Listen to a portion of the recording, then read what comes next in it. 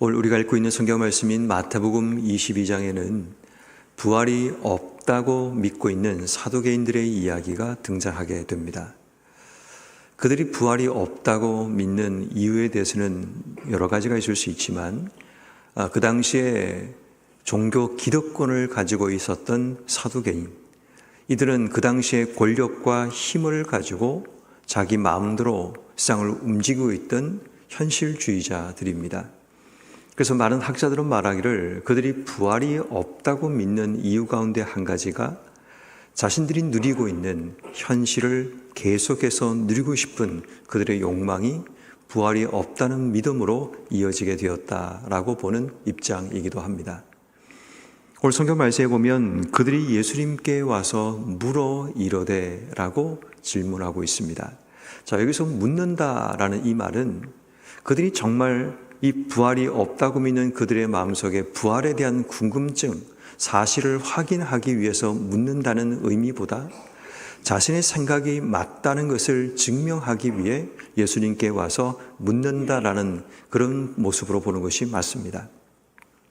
특별히 그 당시에 계대 결혼이라는 그런 풍습이 있었는데 24절 말씀에 보면 모세 율법 가운데 기록되어 있는 모습입니다.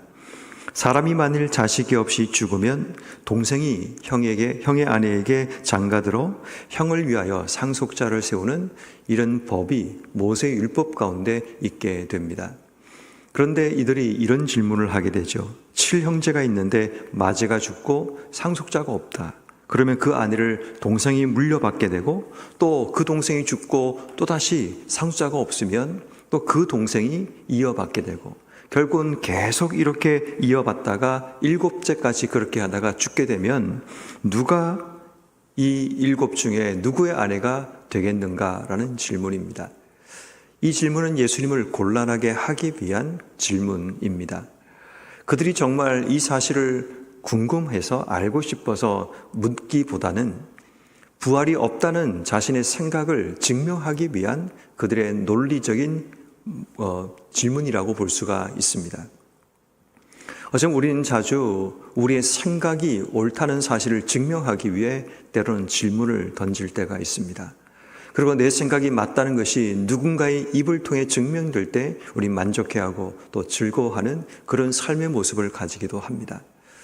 아마도 사두개인들은 그런 질문을 던졌고 예수님의 입에 이러지도 못하고 저러지도 못하는 이 질문에 대한 답을 주시기를 기다리고 있습니다.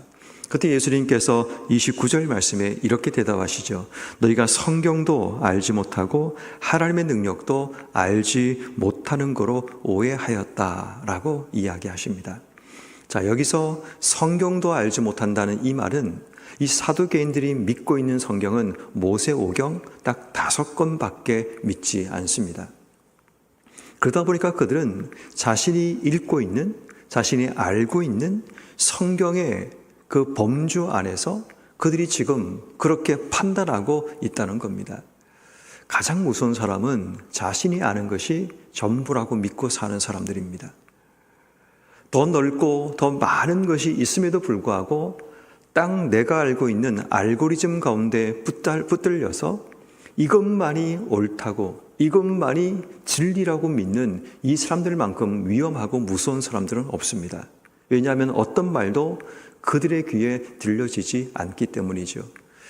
요즘 AI가 발전하면서 유튜브를 봐도 수많은 인터넷 사이트를 들어가도 우리에게 최적화된 알고리즘에 근거한 사이트가 주어지고 영상들이 공급되다 보면 우린 알지 못하게 어느 한편에 치우쳐서 지식을 습득하게 되고 그 지식이 마치 참인 것처럼 착각하며 살아갈 때가 있습니다. 왜냐하면 우리에게는 그것 외에 다른 쪽의 이야기는 우리에게 들려지지 않기 때문이죠. AI는 끊임없이 사람이 좋아하는 것을 공급하려고 노력합니다. 다른 편의 지식이 분명히 있음에도 불구하고 그것은 마치 없는 것처럼, 그것이 틀린 것처럼 특정한 누군가에게는 그것만 공급하여 그 안에 머물게 만드는 그런 일들이 지금 우리가 사는 세상 가운데 일어나고 있습니다. 그렇게 여러분, 우리는 조심해야 됩니다. 내가 아는 것이 전부라고 믿는 착각들, 내가 살고 있는 세상이 마치 이것이 우리의 삶의 끝인 것처럼 생각하는 우리의 착각들, 마치 사두개인들이 모세오경 5권만 읽으면서 이것이 우리의 세상의 끝이라고 믿는 것처럼, 우리가 아는 지식의 전부인 것처럼 그렇게 생각하고 있는 그들에게 예수님께서는 너희가 성경을 알지 못한다라고 말씀하십니다. 그리고 말씀하시기를 너희가 하나님의 능력도 알지 못한다라고 말씀합니다. 하나님의 능력을 알지 못하니까 그들의 마음은 지금 자신의 삶이 계속 이어지기를 바라는 소망으로 이어지게 되고, 자신의 현실만 인정하고 죽고 난 이후에 부활의 삶을 인정하지 않는 그런 삶이 그들에게 펼쳐지고 있다라는 겁니다. 그리고 주님께서 말씀하십니다. 그리고 3절 이하에는 부활이 무엇인가를 예수님이 설명하기 시작하는데, 부활은 장가도 가지 아니하고 시집도 가지 않는다라고 말씀하십니다. 다시 말해 부활이라는 것은 우리가 살고 있는 현실과 차원이 다른 삶을 의미하는 겁니다. 장가도 시집도 가지 않는 것이 부활의 삶이다. 지금 내가 살고 있는 현실의 삶과 이어지는 삶이 부활 이후의 삶이 아니라, 부활이라는 것은 완전히 다른 차원의 삶이라는 것을 말씀하게 됩니다. 그리고 이 말씀 속에는 관계의 확장에 대한 말씀도 포함되어 있습니다. 부활 때는 누가 누구의 아내가 되고 시집가고 장가가는 그런 일이 아니라 하나님 안에서 우리가 하나의 공동체가 되는 새로운 관계 연합이 일어난다라고 말씀하시는 겁니다. 우리의 현재의 지식이, 현재 관계가 부활 이후에 우리의 삶 속에 이어지는 것이 아니라, 물론 알 수 있고 깨달을 수는 있겠지만, 우리가 자꾸만 우리가 가지고 있는 나를 중심으로 한 우리의 인척과 친척과 관계를 자꾸 생각하지만, 부활 이후의 삶은 하나님을 중심으로 우리의 관계가 새롭게 확장되는 겁니다.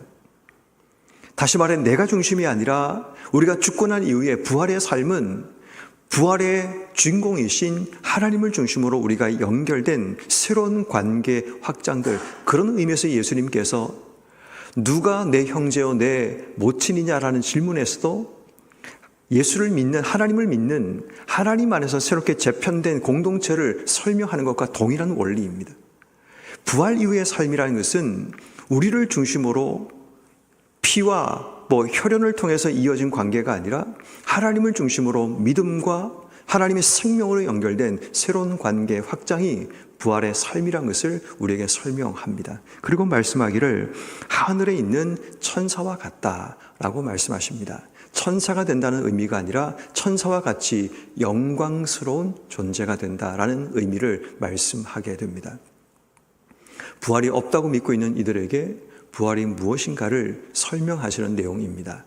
그리고 주님께서 32절 말씀에 다시 한번 부활을 명확하게 설명하십니다. 나는 아브라함의 하나님이요 이삭의 하나님이요 야곱의 하나님이로다 하신 것을 읽어보지 못하였느냐. 하나님은 죽은 자의 하나님이 아니요 살아계신 자의 하나님이니라 라고 말씀하십니다. 자, 살아계신 자의 하나님이라는 이 말은 어떤 의미에서 하나님은 부활의 하나님, 우리에게 부활과 생명을 주시는 하나님이라는 사실을 우리에게 말씀하는 겁니다. 특별히 우리가 주목해야 될 것은 아브라함의 하나님, 이삭의 하나님, 야곱의 하나님을 말씀하시는데 이 부분이 현재형으로 진행되어 있습니다. 이미 아브라함은 죽었고 이삭도 죽고 야곱도 죽었는데 왜 이 말씀을 현재형으로 기록하고 있는가 하면, 하나님은 지금도 아브라함과 현재로 만나신다는 의미입니다. 하나님은 이삭과 지금 현재로 만나고 있다는 말씀인 겁니다. 다시 말해 부활이 뭔가 하면 하나님과 연결된 자가 현재 부활의 생명을 경험하고 있는 것, 이게 바로 부활의 삶을 사는 자들의 모습이라는 겁니다. 비록 너희 눈에는 아브라함이 죽었지만 하나님과 연결되어 부활의 생명을 아브라함이 지금도 누리고 있고 이삭도 누리고 있다면, 부활은 살아계신 하나님을 통해 우리에게 생명력이 공급되어서 하나님과 연결되어 부활의 생명을 영원토록 누리는 삶이란 것을 우리에게 말씀하고 있는 내용이기도 합니다. 자, 오늘 내용이 우리에게 무엇을 말하고 있는가 하면, 부활이 없다고 말하는 사도개인들에게 내가 지금 오해하고 있다고 말씀하시면서 부활이 무엇인가를 설명하시는 예수의 말씀으로 오늘 말씀이 딱 함축되어 있음을 보게 됩니다. 중요한 것은 부활이 무엇인가를 알지 못해서 우리가 판단하고 행동하고 있는 이 사도개인들의 모습이 오늘을 사는 우리의 모습과 너무나 유사하다는 겁니다. 우리가 아는 상식과 우리의 현재 속에 갇혀서 마치 하나님께서 우리에게 주신 이 부활을 알지 못하여 없다고 말하는 이 사도개인 같은 모습을 오늘 우리가 살고 있지 않는가를 질문해 봐야 합니다. 내 현재와 내 상식 속에 갇혀 살아가는 우리의 삶이 무엇인가를 질문해 봐야 합니다. 지금 내게 주어진 이 현재가 내 삶에 지속되고 이어지기 위해서 스스로가 부정하고 있는, 없다고 믿고 있는 그 현실이 무언가를 질문해야 한다는 겁니다. 우린 자주 지금 내 현재가 만족스러워서 이 현재가 우리의 삶 속에 사라지지 않기 위해 그 다음에 있을 미래를 거부하거나 부활을 거부하는 삶을 살기도 하고 내가 알고 있는 상식과 내가 알고 있는 지식이 전부라고 믿음에 착각하며 그 너머에 있는 지식과 그 너머에 있는 세상을 부정하며 살아가는 우리의 삶을 살아가기도 합니다. 그러면 오늘 우리가 기도할 때 조금 더 넓은 기도를 했으면 좋겠습니다. 이 땅 가운데도 지금 자신이 누리고 있는 현재 가운데 자신이 알고 있는 상식 가운데 묶여서 그 너머의 세상을 부정하고 그 너머에 하나님의 지으신 말씀과 세상과 지식을 거부하고 있는 이 세상을 향해 기도하고 특별히 우리 자신도 혹시라도 나도 모르는 사이에 현실에 머물기를 원하고 내가 알고 있는 지식이 전부라고 믿고 착각하고 있는 우리의 삶의 모습을 철저하게 하나님 앞에 회개하고 열린 마음과 수용할 수 있는 마음을 우리에게 허락해 주셔서 하나님께서 우리에게 주시는 말씀과 은혜를 내가 받아들일 수 있는 그런 지혜 주시기를 기도해야 됩니다. 우린 자꾸만 내 생각 속에 머물러 있으면 자꾸만 우리는 옳고 그름으로 판단하기 시작합니다. 내 생각이 언제나 옳은 것이 아닌데 우린 자꾸만 내 생각이 옳다는 기준을 가지고 다른 사람의 생각이 옳지 않음이라는 그런 판단을 가지고 살아가게 됩니다. 오늘 성경에 나오는 사도개인도 마찬가지입니다. 그들이 말하는 게 근거 없는 것은 아니었습니다. 그들의 근거는 모세의 율법에 기초한 그들의 생각이 사고의 확장을 통해서 그렇게 판단하고 나름대로의 알고리즘을 만들어 버린 겁니다.